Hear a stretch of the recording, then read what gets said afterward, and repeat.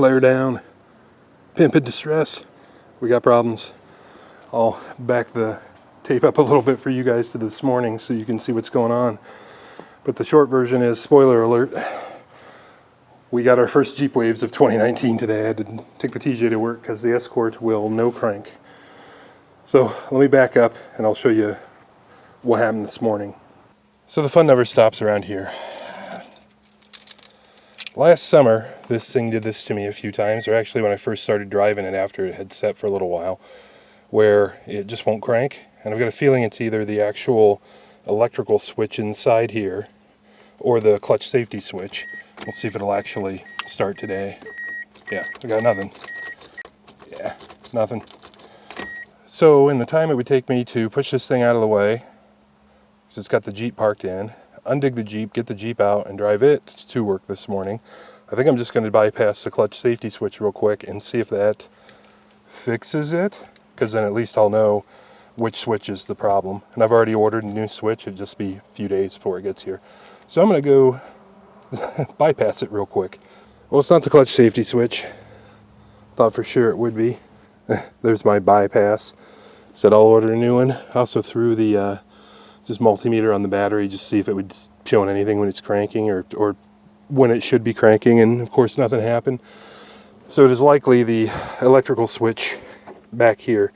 I actually already have a spare one of those because, like I said, it had done this a few times before, but I thought for sure it'd be the clutch switch. Anyway, time to push this thing out of the way and drive the Jeep to work. Okay, so I'd mentioned before that this thing has intermittently done this stuff to me before. So let's just try the key again. Nope, nothing. So this is a common failure on Escorts, or on second gen Escorts anyway, or at least it's common enough I've done a couple.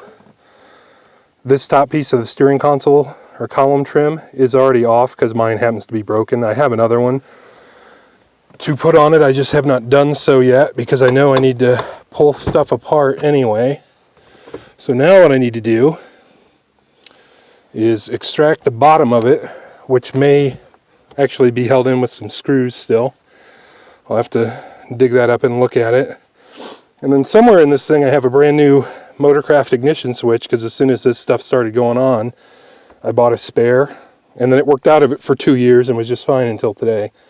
And I'm betting this is what's up.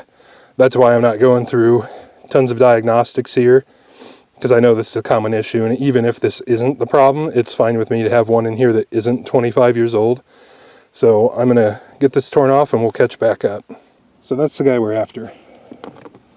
And here's my, actually I don't know about this. So I've got this new one here that I ordered 100 years ago. I'm not sure. Yeah, it probably just snaps down in there. I have done these before, but it's been a long time. So I may actually have to unbolt the ignition cylinder and everything from the column to drop it down.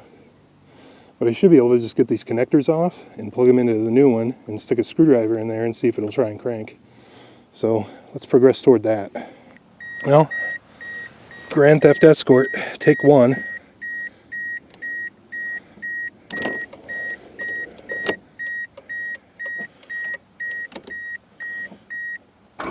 Yeah, good, good, good. So that's clearly our problem, is I just need to swap this guy out. Just gotta pry the old one off of the lock cylinder, however I need to do it. Fortunately, I can look at the new one. Oh, looks like there's a screw over yonder I need to pop out and then just unsnap the other side.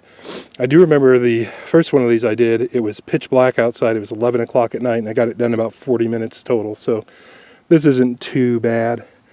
Yeah, let's see if we can jam on her and get them swapped out. So I'm remembering a few things now.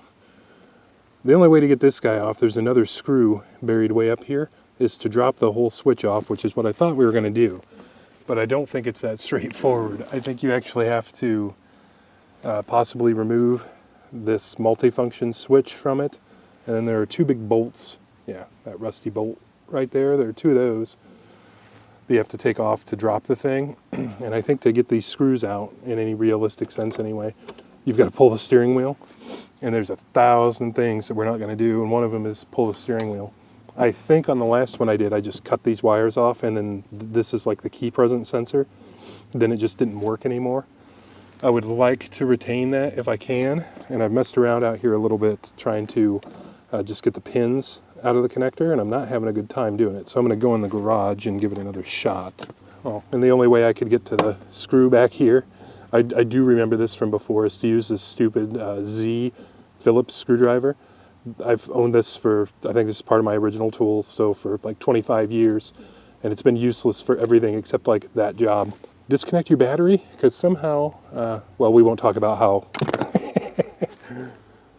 So I've been fighting with this thing for like an hour, trying to get those 2 pins out of it, and this is likely a case of me running out of talent.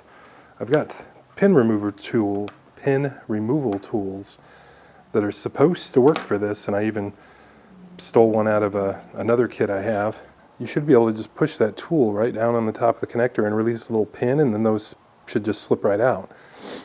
But it's not been going that way, so I need to keep messing with this and maybe do some more research, because I've had these tools forever, but I've only ever used them for round pins.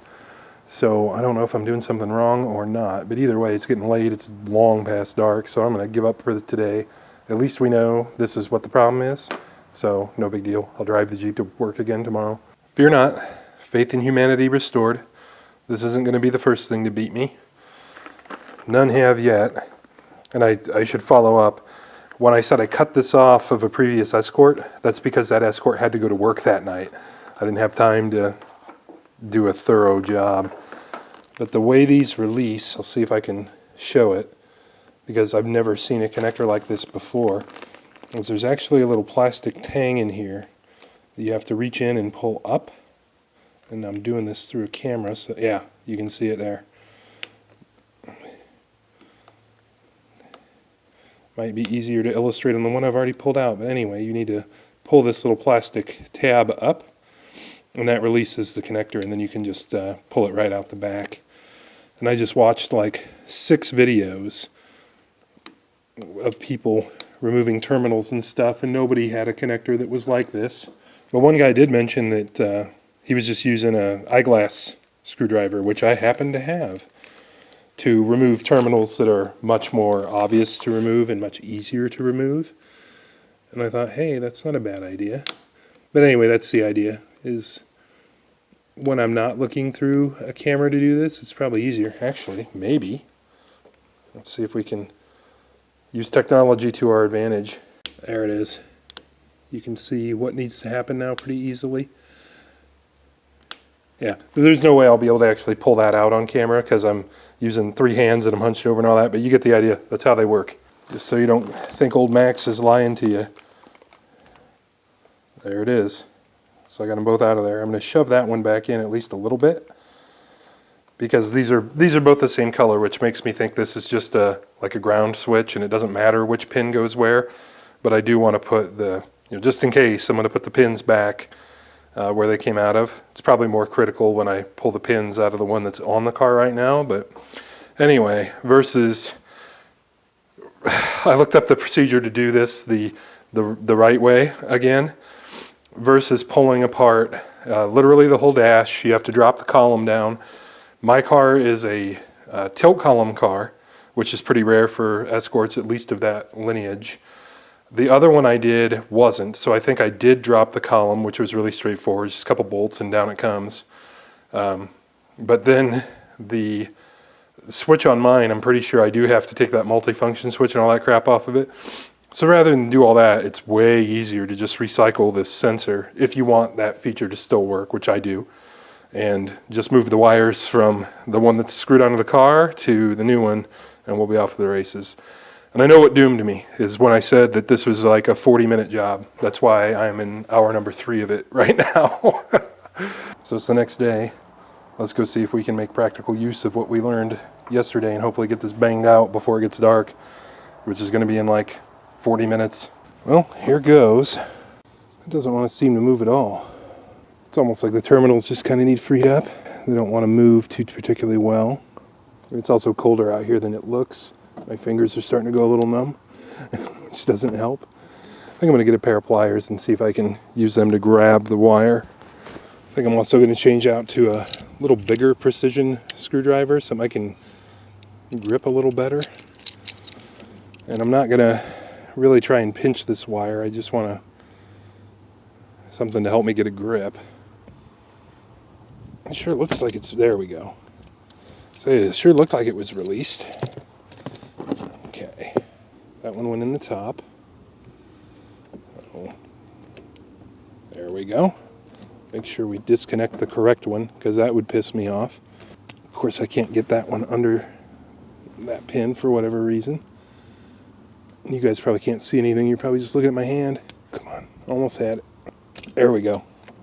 Okay, it only took about 5 minutes. Much better than yesterday. There. Heard it click in and everything. Seems like there's a lot of slack wire in that, but let's see if it wants to go in. I guess that's the proof, right? Yeah, right in. Cool. So I got my sensor wires reconnected. Now the trick is going to be to get this screw that goes around back. I think you might just be able to see the hole right there to get it started. I think I'm just going to grab a bit that's intended for a drill, because it'll be short but long enough to grab, and see if I can get it started, and then I'll dig up that goofy Z-shaped screwdriver to actually tighten it down. I don't think there's really much that I'll be able to show you guys here other than the back of my hand. Sentenced to the woodshed at your dad's shop. What I'm going to do here is, I think you get the meaning of what I was after, is I'm just going to use one of these bits, and I actually have kind of a longer one too, if that becomes more helpful to me, just to try and get the screw started. Oh, that's like the perfect length. Yeah, of course I didn't get it the first time. It's in the hole there. Now I think it's on the threads. There we go. I'm not sure if I've got a video out there or not yet. I think it's going to be coming. But the way you start self-tapping screws like that so they don't strip, I'll show you. Yeah, I guess you can see that one, or just as a demonstration piece. Start them backward first, and when the threads line up, you can feel them drop in, and then you start tightening them. So that's what I did there. So I did it completely blind and everything else, and managed not to screw anything up. Let's take Mr. Z here, see if we can get that screw tight. Again, I think it's the only practical application I've ever had for this tool. Practical being a loose term. Yep, it's nice and tight. Plug our harnesses back in, plug the battery back in, and pray that when I shorted this out off camera, I didn't blow a fusible link or anything like that. If they plug back in, come on, meow. Well, they're not clicking. I think they're in though. Okay. First things first, let's see if the key wants to turn, which I can't imagine why it wouldn't, but who knows. Yep, feels good. Actually, the next thing to do is going to be to put some tape over those bare wires for the clutch safety. Mentioned before I ordered a new one, and when the new one shows up I will just put it on for the same reason I wouldn't have minded changing this switch even if it wasn't broken. This stuff's 25 years old. How many times do you think that switch has moved? You know, probably millions. So I'm just going to tape that together for right now, and we'll roll with everything set to kill, no safety, for, I don't know, a week until the new switch shows up, and I'll put it in. And then this one I'll probably put in a Ziploc bag and throw in my Escort parts stash and say this is a good switch. I would just solder it back together. Or maybe we'll solder it back together for video just for fun. So the next thing I'm going to do is tape that up. Then I'm going to connect the battery and we'll see if it starts. I don't think I made it particularly clear before. Those wires I cut are just to the switch. That's not the vehicle harness. That switch just plugs in. So when we get the new switch, it'll come with a new end, so we won't have a splice in it. So yeah, I didn't just start hacking on the car wiring just for sport. But anyway, that little tape job there will probably get us by for a few days. And if the car doesn't crank, I'll know right away what the problem is that the tape came undone or the wires are loose. And the only time it ever uses that is when the starter is going to engage. So here's our new one. Looks exactly like I expected it to. I believe our connector is going to be the same. There's really not much more to it but to get in here and get this guy out of here and get the new one put in right up there. It goes on those two studs.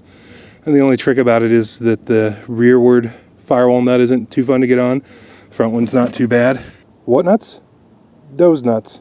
Make sure it's out of gear because that actually matters now.